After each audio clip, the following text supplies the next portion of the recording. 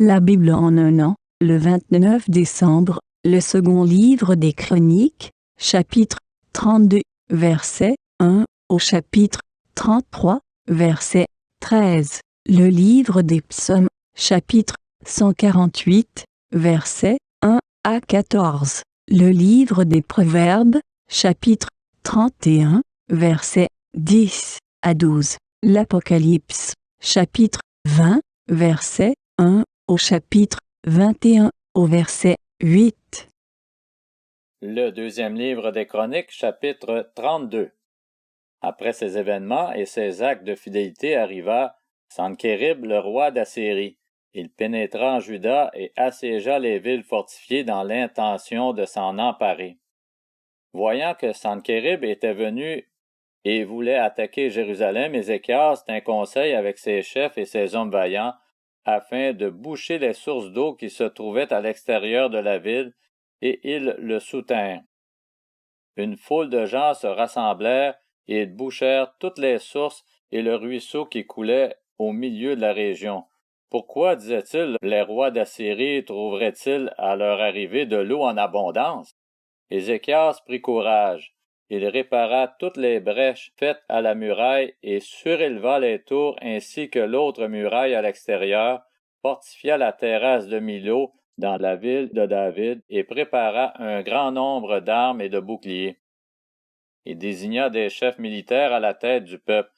Puis il les réunit autour de lui sur la place de la porte de la ville et toucha leur cœur en disant: Fortifiez-vous et soyez pleins de courage, n'ayez pas peur et ne vous laissez pas effrayer face au roi d'Assyrie et à toute la foule qui est avec lui, car avec nous il y a plus qu'avec lui. Avec lui il y a un bras de chair, tandis qu'avec nous il y a l'Éternel notre Dieu qui nous aidera et qui combattra pour nous. Le peuple eut confiance dans les paroles d'Ézéchias, roi de Juda. Après cela, Sankérib, roi d'Assyrie, envoya ses serviteurs à Jérusalem, pendant que lui-même attaquait Lachis avec toutes ses forces. Il les envoya vers Ézéchias, roi de Juda, et vers tous les Judéens qui se trouvaient à Jérusalem pour leur transmettre ce message. Voici ce que dit Sankérib, roi d'Assyrie. Sur quoi repose votre confiance pour que vous restiez dans une Jérusalem assiégée? Ézéchias ne vous pousse-t-il pas à vous livrer à la mort par la famine et par la soif, quand il affirme: L'Éternel notre Dieu nous délivrera du roi d'Assyrie? N'est-ce pas lui, Ézéchias, qui a fait disparaître les hauts lieux et les autels de l'Éternel, et qui a donné cet ordre à Juda et à Jérusalem: Vous vous prosternerez devant un seul autel, et c'est sur lui que vous brûlerez les parfums. Ne savez-vous pas ce que nous avons fait, mes prédécesseurs et moi, à tous les peuples des autres pays? Les dieux des nations de ces pays ont-ils pu délivrer leur pays de ma domination? Parmi tous les dieux des nations que mes prédécesseurs ont voués à la destruction, quel est celui qui a pu délivrer son peuple de ma domination pour que votre Dieu puisse vous en délivrer? Qu'Ézéchias ne vous trompe donc pas et ne vous pousse pas dans cette direction. Ne vous fiez pas à lui, car aucun Dieu d'aucune nation ni d'aucun royaume n'a pu délivrer son peuple de ma domination ni de celle de mes prédécesseurs. Votre Dieu sera d'autant moins capable de vous délivrer de ma domination. Les serviteurs de Sankérib continuèrent à parler contre l'Éternel Dieu et contre son serviteur Ézéchias. Sankérib avait aussi écrit une lettre insultante pour l'Éternel, le Dieu d'Israël, en s'exprimant ainsi contre lui: Les dieux des nations des autres pays n'ont pas délivré leur peuple de ma domination. Il en ira exactement de même pour le Dieu d'Ézéchias. Il ne délivrera pas son peuple de ma domination. Les serviteurs de Sankérib crièrent d'une voix forte, en s'adressant dans la langue des Juifs à la population de Jérusalem qui se trouvait sur la muraille, et cela afin de semer la peur et l'épouvante parmi eux et de pouvoir ainsi s'emparer de la ville.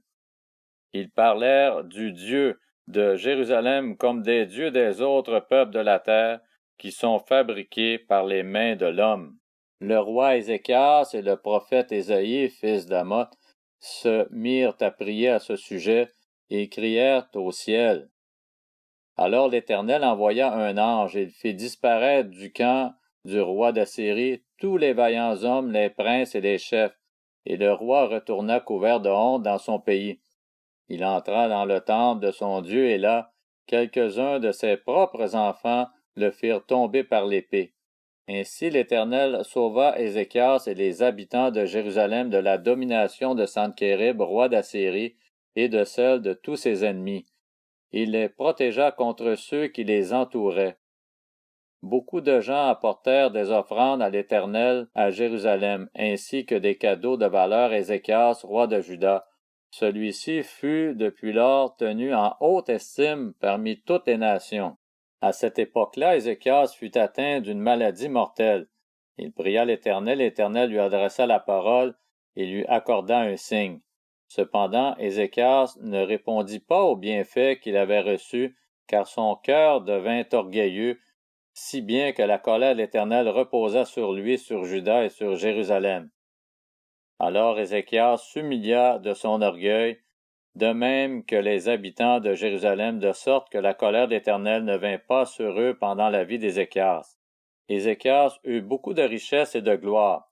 Il se fit des réserves d'argent, d'or, de pierres précieuses, d'aromates, de boucliers et de tous les objets qu'on peut désirer, des entrepôts pour les récoltes de blé, de vin nouveau et d'huile, des étables pour toutes les sortes de bétail, des troupeaux pour les étables.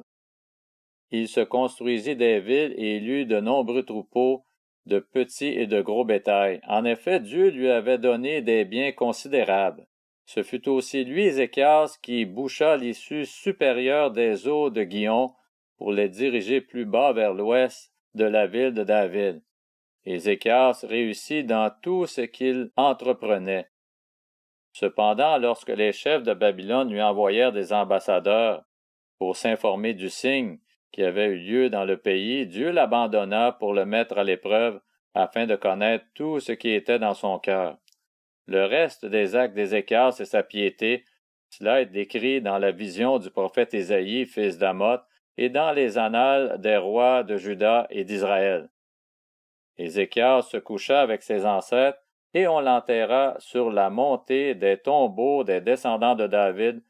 Tout Juda et les habitants de Jérusalem lui rendirent honneur à sa mort. Son fils Manassé devint roi à sa place. Le deuxième livre des Chroniques, chapitre 33. Manassé avait 12 ans lorsqu'il devint roi et il régna 55 ans à Jérusalem. Il fit ce qui est mal aux yeux de l'Éternel en imitant les pratiques abominables des nations que l'Éternel avait dépossédées devant les Israélites.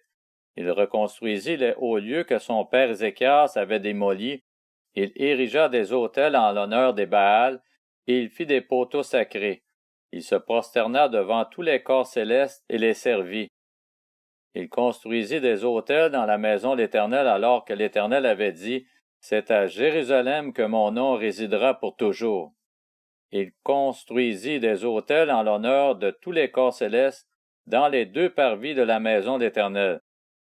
Il fit passer ses fils par le feu dans la vallée des fils de Hinnom. Il pratiqua la divination et l'occultisme.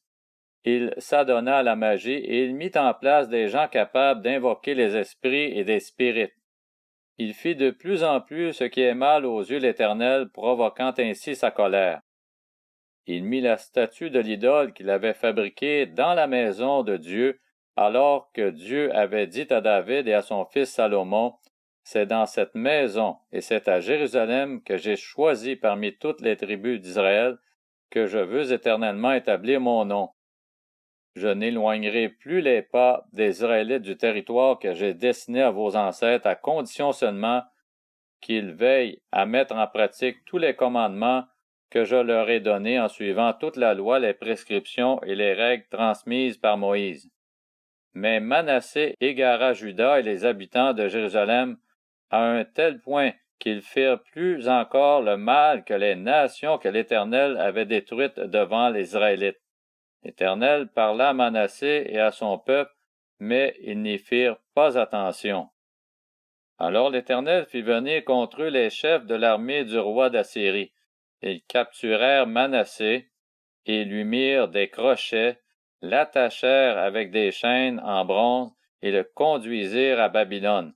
Lorsqu'il fut dans la détresse, il implora l'Éternel son Dieu, et il s'humilia profondément devant le Dieu de ses ancêtres.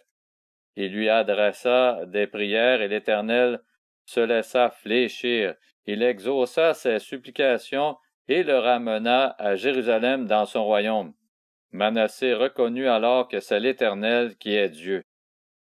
Le livre des Psaumes, chapitre 148.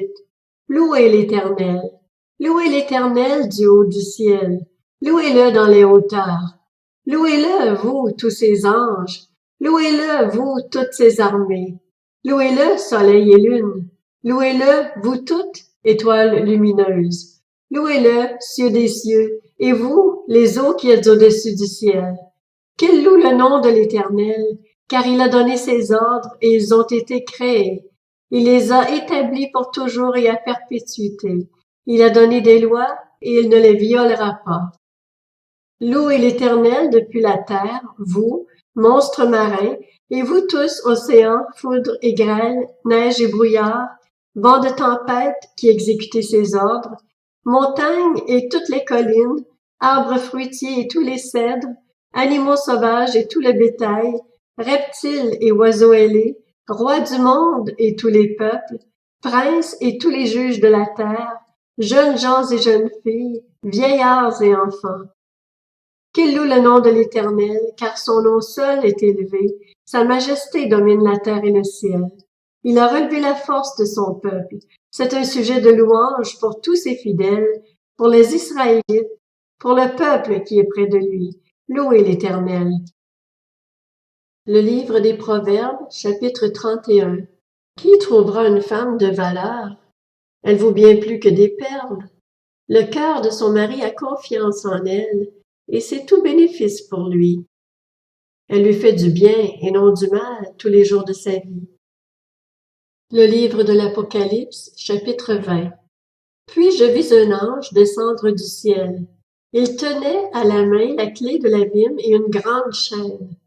Il s'empara du dragon, le serpent ancien, qui est le diable et Satan, l'enchaîna pour 1000 ans et le jeta dans l'abîme. Il ferma et scella l'entrée au-dessus de lui, afin qu'il n'égare plus les nations, jusqu'à ce que les 1000 ans soient passés. Après cela, il faut qu'il soit relâché pour un peu de temps. Ensuite, je vis des trônes, et ceux qui s'y assirent reçurent le pouvoir de juger. Je vis aussi l'âme de ceux qui avaient été décapités, à cause du témoignage de Jésus et à cause de la parole de Dieu, tous ceux qui n'avaient pas adoré la bête ni son image, et qui n'avaient pas reçu sa marque sur le front ni sur la main. Ils revinrent à la vie, et ils régnèrent avec Christ pendant 1000 ans. Les autres morts ne revinrent pas à la vie avant que les 1000 ans soient passés. C'est la première résurrection. Heureux et saints ceux qui ont part à la première résurrection. La seconde mort n'a pas de pouvoir sur eux, mais ils seront prêtres de Dieu et de Christ, et ils régneront avec lui pendant 1000 ans. Quand les 1000 ans seront passés, Satan sera relâché de sa prison, et il sortira pour égarer les nations qui sont aux quatre coins de la terre, Gog et Magog, afin de les rassembler pour la guerre. Elles sont aussi nombreuses que le sable de la mer. Ils montèrent sur toute la surface de la terre, et ils encerclèrent le camp des saints et la ville bien-aimée. Mais un feu venu de Dieu descendit du ciel et les dévora. Le diable qui les égarait fut jeté dans les temps de feu et de soufre, où sont la bête et le prétendu prophète. Et ils seront tourmentés jour et nuit, au siècle des siècles. Je vis alors un grand trône blanc et celui qui y était assis. La terre et le ciel s'enfuirent loin de lui, et l'on ne trouva plus de place pour eux. Je vis les morts, les grands et les petits, debout devant le trône. Des livres furent ouverts. Un autre livre fut aussi ouvert, le livre de vie. Les morts furent jugés conformément à leurs œuvres, d'après ce qui y était écrit dans ces livres. La mer rendit les morts qu'elle contenait, la mort et le séjour des morts rendirent aussi leurs morts, et chacun fut jugé conformément à sa manière d'agir. Puis la mort et le séjour des morts furent jetés dans les temps de feu. Les temps de feu, c'est la seconde mort. Tous ceux qui ne furent pas trouvés inscrits dans le livre de vie furent jetés dans les temps de feu. Le livre de l'Apocalypse, chapitre 21. Puis je vis un nouveau ciel et une nouvelle terre, car le premier ciel et la première terre avaient disparu, et la mer n'existait plus. Je vis descendre du ciel, auprès de Dieu, la ville sainte, la nouvelle Jérusalem, préparée comme une mariée qui s'est faite belle pour son époux. J'entendis une voix forte venant du ciel qui disait: Voici le tabernacle de Dieu parmi les hommes. Il habitera avec eux, ils seront son peuple, et Dieu lui-même sera avec eux, et sera leur Dieu. Il essuiera toute larme de leurs yeux. La mort ne sera plus, et il n'y aura plus ni deuil, ni cri, ni douleur, car ce qui existait avant a disparu. Celui qui était assis sur le trône dit: Voici que je fais toutes choses nouvelles.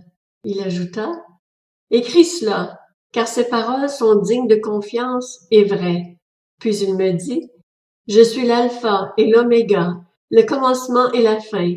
À celui qui a soif, je donnerai à boire gratuitement de la source de l'eau de la vie. Le vainqueur recevra cet héritage. Je serai son Dieu et il sera mon fils. Quant aux lâches, aux incrédules, aux pécheurs, aux abominables, aux meurtriers, à ceux qui vivent dans l'immoralité sexuelle, aux sorciers, aux idolâtres et à tous les menteurs, leur part sera dans les temps ardents de feu et de soufre. C'est la seconde mort.